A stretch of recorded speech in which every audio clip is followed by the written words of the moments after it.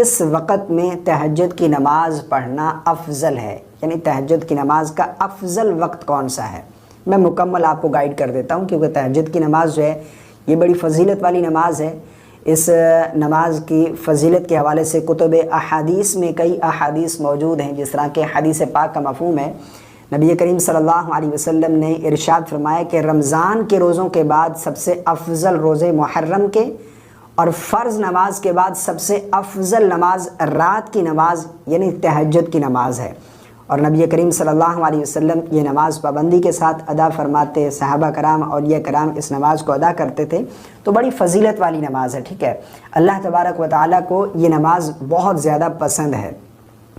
بہرحال فضیلت کے حوالے سے میں انشاءاللہ کسی دن بات کروں گا کہ تہجد کی نماز کے جو فضائل ہیں وہ آپ کے سامنے بیان کیے جائیں۔ یہاں پر بات کرتے ہیں کہ تہجد کی نماز کا وقت کب شروع ہوتا ہے اور کب تک رہتا ہے، کس وقت تہجد کی نماز ادا کرنا یہ افضل ہے۔ دیکھیں، تہجد کی نماز کا وقت شروع ہوتا ہے جب آپ عشاء کے فرض پڑھ چکے، آپ نے عشاء کی نماز ادا کر لی، آپ کے لیے تہجد کا وقت شروع ہو گیا۔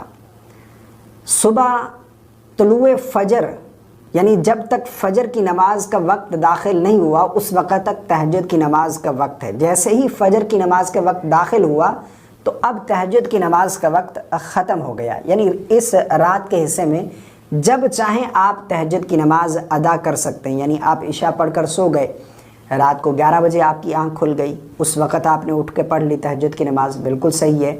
12 بجے کھلی، 1 بجے کھلی، اس وقت پڑھ لی، کوئی حرج نہیں ہے۔ رات کے اس حصے میں جب چاہیں آپ تہجد کی نماز ادا کر سکتے ہیں، طلوع فجر تک، طلوع فجر سے پہلے آپ تہجد کی نماز پڑھ سکتے ہیں۔ اس کا افضل وقت کون سا ہے، یعنی کس وقت تہجد کی نماز پڑھنا یہ افضل ہے، تو اس حوالے سے علماء بیان فرماتے ہیں کہ رات کا جو آخری حصہ ہے نا، یعنی جہاں ہم رمضان میں سحری کے وقت اٹھتے ہیں نا، وہ جو وقت ہے یہ سب سے افضل وقت ہے۔ اس وقت میں اٹھ کر تہجد کی نماز ادا کرنا یہ سب سے افضل ہے، ٹھیک ہے۔ باقی رات کے کسی بھی حصے میں آپ تہجد کی نماز ادا کر سکتے ہیں۔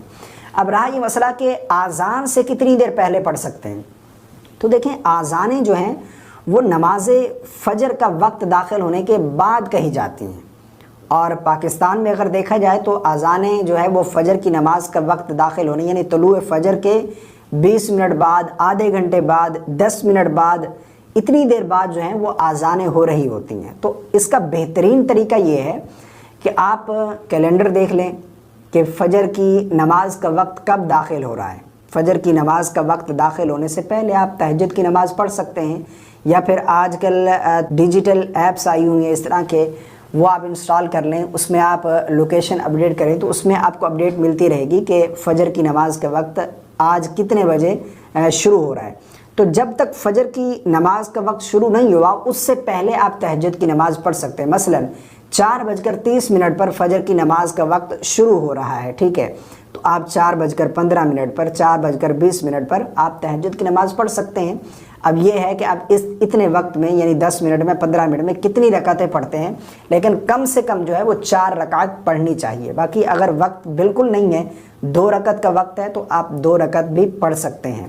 تو یہاں پر یہ چیز آپ نوٹ کر لیجئے کہ آذان کا آپ انتظار نہ کریں، آذان تو ہوگی فجر کا وقت داخل ہونے کے بعد، اور بعض جگہ 10 منٹ بعد، 15 منٹ بعد، 20 25 منٹ بعد آذانیں کہی جاتی ہیں۔ مجھے امید ہے آپ کو میری بات سمجھ آ گئی ہوگی، میں نے مکمل تفصیل کے ساتھ آپ کو گائیڈ کر دیا ہے۔